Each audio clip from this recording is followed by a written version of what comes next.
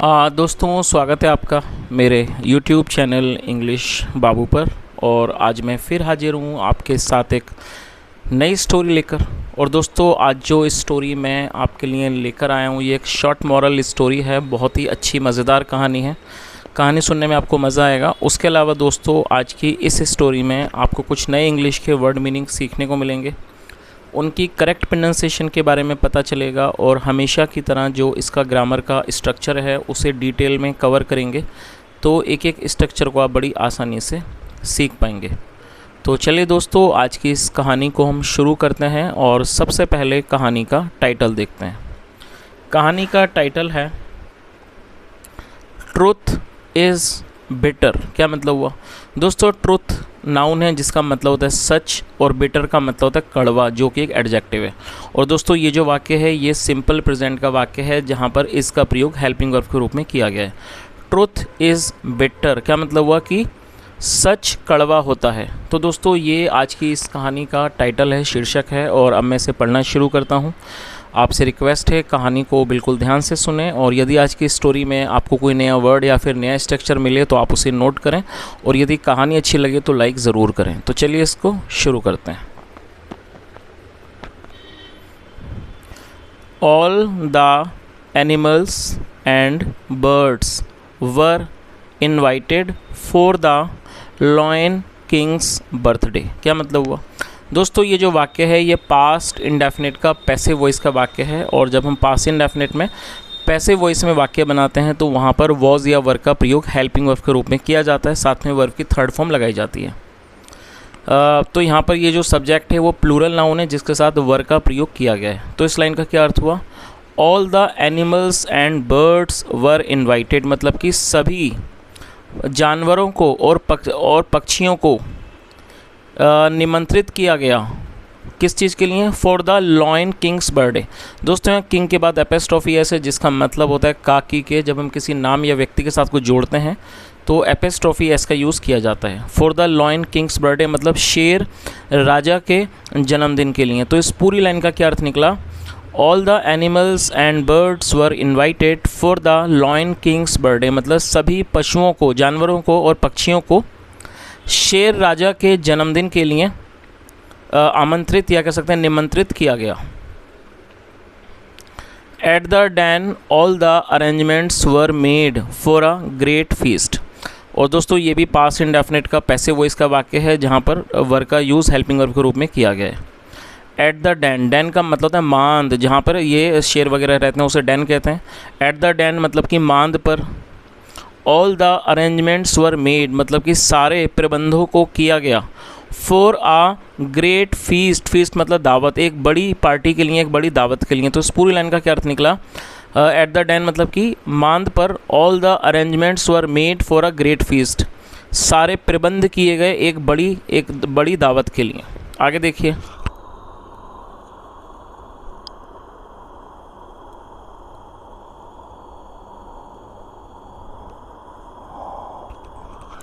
All the beautifully dressed animals and birds reached the den with gifts at the fixed time। दोस्तों, ये जो वाक्य है ये पास्ट इंडेफिनिट का अफर्मेटिव वाक्य है जहाँ वर्ब की सेकंड फॉर्म का यूज़ किया जाता है।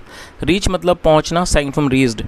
ऑल द ब्यूटीफुली ड्रेस्ड मतलब कि सभी सुंदर वस्त्रों में जो एनिमल्स थे मतलब पशु थे, जानवर थे, एंड बर्ड्स और पक्षी, रीच्ड वो पहुंच गए, द डैन वो मांद में पहुंच गए, विद गिफ्ट्स उपहारों को लिखे साथ, एट द फिक्स टाइम मतलब कि दिए गए समय पर। तो इस पूरी लाइन का क्या अर्थ हुआ कि सारे जो जानवर थे, पक्षी थे, वो ब्यूटीफुली ड्रेस्ड होके मतलब सुंदर तरीके से वस्त्र पहनकर, कपड़े पहनकर वो मांद में पहुँच गए, विद गिफ्ट्स उपहार लेकर, एट द फिक्स टाइम दिए गए समय पर। The cake was cut. और दोस्तों, ये भी हमारा पास्ट इंडेफिनिट का पैसिव वॉइस का वाक्य है और कट की थर्ड फॉर्म भी कट होती है। तो क्या अर्थ हुआ? द केक वॉज कट मतलब कि केक को काटा गया। Everybody sang the birthday song. और दोस्तों, ये भी पास्ट का अफर्मेटिव वाक्य है जहाँ सेकंड फॉर्म लगाई गई है। सिंग मतलब गाना, second form सैंग। Everybody sang the birthday song मतलब सभी ने जन्मदिन के गाने को गाया। एंड इन्जॉयड द फीस्ट और दावत का आनंद लिया। चलिए आगे देखिए।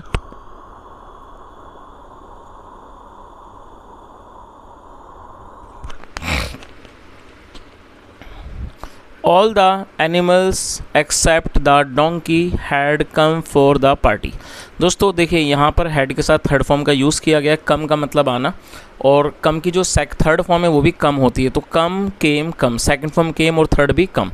तो ये पास्ट परफेक्ट का वाक्य है। पास्ट परफेक्ट का मतलब होता है जहाँ पर हम कोई ऐसा वाक्य बनाते हैं पास्ट में जहाँ हम ये दिखाते हैं कि पास्ट में कोई काम हो चुका था पूरा, तो इस तरह के वाक्यों को पास्ट परफेक्ट का वाक्य कहा जाता है। वह आया था, वह गया था, मैंने खाना खा लिया था, वह नहीं आया था, इस तरह के जो भी वाक्य हैं वो पास्ट परफेक्ट के वाक्य कहलाते हैं, जहाँ पर हैड का प्रयोग हेल्पिंग वर्ब के रूप में किया जाता है, साथ में थर्ड फॉर्म लगाई जाती है। तो ये पास्ट परफेक्ट का वाक्य है। और दोस्तों EXCEPT एक्सेप्ट का मतलब होता है सिवाय। All the animals except the donkey had come for the party, मतलब कि सारे जानवर, मतलब सिवाय गधे के सारे पशु, सारे जानवर पार्टी के लिए आए थे। Had come for the party. The lion thought, और जो दोस्तों ये पास्ट का अफर्मेटिव वाक्य है। थिंक मतलब सोचना या फिर लगना, second form thought. The lion thought मतलब कि शेर ने सोचा। Some urgent work must have stopped him. दोस्तों देखिए यहाँ आप देखेंगे यहाँ मस्ट के साथ हैव और साथ में थर्ड फॉर्म है, तो ये हमारा फ्यूचर फोर्स्ड एक्शन सेंटेंस है। फ्यूचर फोर्स्ड एक्शन सेंटेंस का मतलब होता है जब हम वर्तमान में किसी भविष्य के बारे में बात करते हैं और ये दिखाते हैं कि फ्यूचर में कोई क्रिया पूरी हुई होगी, तो इस तरह के वाक्य को फ्यूचर फोर्स्ड एक्शन सेंटेंस कहा जाता है। और मस्ट का प्रयोग जब किया जाता है जब वहाँ पर अवश्य या जरूरी जैसे शब्द आते हैं। तो इस लाइन का क्या अर्थ हुआ? द लॉयन थॉट, शेर ने सोचा। Some urgent work must have stopped him, मतलब किसी ज़रूरी काम ने ज़रूर उसको रोक दिया होगा। आगे देखिए, नेक्स्ट डे, अगले दिन, the lion met the donkey. और दोस्तों ये पास्ट का अफर्मेटिव वाक्य है। मीट मतलब मिलना, second form met. Next day अगले दिन, the lion met the donkey, अगले दिन शेर गधे से मिला। ही आस्क्ड हिम, आस्क मतलब पूछना, second form asked. He asked him, उसने उससे पूछा। अबाउट इट, इस बारे में। आगे देखिए, द डोंकी सेड, गधे ने कहा। ओह आई हेट पार्टीज़। दोस्तों ये जो वाक्य है ये प्रेजेंट इंडेफिनिट का अफर्मेटिव वाक्य है। और जब हम प्रेजेंट इंडेफिनिट में कोई भी अफर्मेटिव का वाक्य बनाते हैं तो वहाँ पर सब्जेक्ट के बाद वर्ब की फर्स्ट फॉर्म या फिर फिफ्थ फॉर्म का प्रयोग किया जाता है। यदि आपका सब्जेक्ट होगा ही, शी, इट या फिर सिंगुलर नाउन तो आपको फिफ्थ फॉर्म का यूज़ करना होगा। फिफ्थ फॉर्म का मतलब है जब आप वर्ब की फर्स्ट फॉर्म के साथ एस या फिर ई एस को ऐड करते हैं तो वो फिफ्थ फॉर्म कहलाता है। लेकिन यदि आपका सब्जेक्ट आई, वी, यू, दे या फिर प्लूरल नाउन होगा तब आपको फर्स्ट फॉर्म वहाँ पर लगानी होती है। तो यहाँ आई के साथ फर्स्ट फॉर्म का यूज़ किया गया है। हेट का मतलब कि चीज़ को नापसंद करना, घृणा करना। तो क्या अर्थ हुआ? द डोंकी सेड, गधे ने कहा। ओह आई हेट पार्टीज़, मतलब मैं पार्टीज़ पसंद नहीं करता हूँ। मुझे पार्टियों से घृणा, या कह सकते हैं मुझे पार्टियाँ पसंद नहीं हैं। I love to stay at home and relax, मतलब मुझे घर पर रहना और रिलैक्स करना, आराम करना पसंद है। आगे देखिए, the donkey had told the truth which was bitter. और दोस्तों देखिए यहाँ हैड के साथ थर्ड फॉर्म है। टेल मतलब बोलना, कहना, थर्ड फॉर्म है टोल्ड, तो ये भी हमारा पास्ट परफेक्ट का वाक्य है। तो क्या अर्थ हुआ इस लाइन का? The donkey had told the truth, मतलब कि गधे ने सच बोला था। विच वॉज बिटर, विच मतलब जो, और ये एक रिलेटिव प्रोनाउन हो गया, और बिटर मतलब कड़वा। विच वॉज बिटर, जो कड़वा था। तो इस पूरी लाइन का क्या अर्थ निकला? The donkey had told the truth which was bitter, मतलब क्या हुआ कि गधे ने सच बोला था जो कड़वा था। The lion became angry. दोस्तों ये भी पास्ट का अफर्मेटिव वाक्य है। एंग्री एडजेक्टिव है। एंग्री का मतलब होता है गुस्सा हो जाना, क्रोधित हो जाना। और यहाँ पर आप इस बात को समझें कि जब हम कोई ऐसा वाक्य बनाते हैं जहाँ पर एक एडजेक्टिव को वर्ब के रूप में प्रयोग करना चाहते हैं तो आप वहाँ डायरेक्टली उसको एडजेक्टिव में कोई भी चेंजेस नहीं कर सकते, इसलिए आपको एडजेक्टिव को वर्ब बनाने के लिए आपको एक सपोर्टिंग वर्ब का प्रयोग करना होता है। तो यहाँ पर सपोर्टिंग वर्ब के लिए बिकम का यूज़ किया गया। तो बिकम एंग्री का मतलब होता है नाराज़ होना, क्रोधित होना, और ये पास्ट का अफर्मेटिव वाक्य है, इसलिए बिकम की सेकंड फॉर्म का प्रयोग किया गया है। तो क्या अर्थ हुआ? द लॉयन बिकेम एंग्री, मतलब कि शेर नाराज़ हो गया। इसे एंग्री का मतलब नाराज़, गुस्सा, क्रोधित, कुछ भी समझ सकते हैं। क्या अर्थ हुआ कि शेर नाराज़ हो गया। He banished the donkey from the jungle. दोस्तों BANISH, बैनिश एक वर्ब है जिसका अर्थ होता है किसी को देश निकाला दे देना, कहीं से निकाल देना, उसे बैनिश कहा जाता है।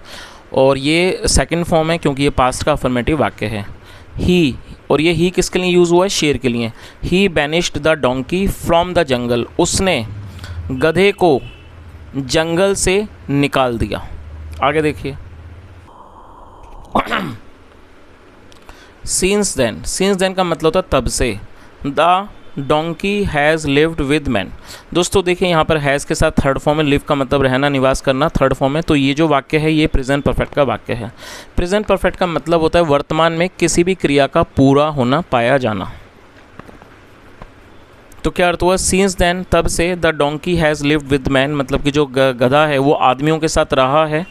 एंड कैरीड देयर लोड्स, और उसने वजन को ढोया है। देयर लोड्स मतलब उनके वजन को ढोया है। बिकॉज, क्योंकि, he had told the truth, क्योंकि उसने सच बोला था। तो इस पूरी लाइन का क्या अर्थ निकला कि जब से गधा, मैन मतलब इंसानों के साथ, आदमियों के साथ रहा है। एंड कैरीड देयर लोड्स, और उसने उनका वजन उठाया। Because he had told the truth, क्योंकि उसने सच बोला था। इट इज़ वेल सेड, और ये कहा गया है, that truth is always better, कि जो सच है वो हमेशा कड़वा होता है। तो दोस्तों ये आज की एक छोटी सी कहानी थी, और मैंने यहाँ पूरी कोशिश की है आपको हर एक वर्ड की मीनिंग समझाने की, साथ में ग्रामर के स्ट्रक्चर को भी एक्सप्लेन करने की। यदि आपको मेरा प्रयास अच्छा लगा हो तो आपसे रिक्वेस्ट है, आप इस वीडियो को ज़रूर लाइक करें, शेयर करें, चैनल को सब्सक्राइब करें, और जो भी आपका सुझाव हो कॉमेंट के माध्यम से मुझे बताएँ। सुनने के लिए thank you so much. Have a nice day and bye.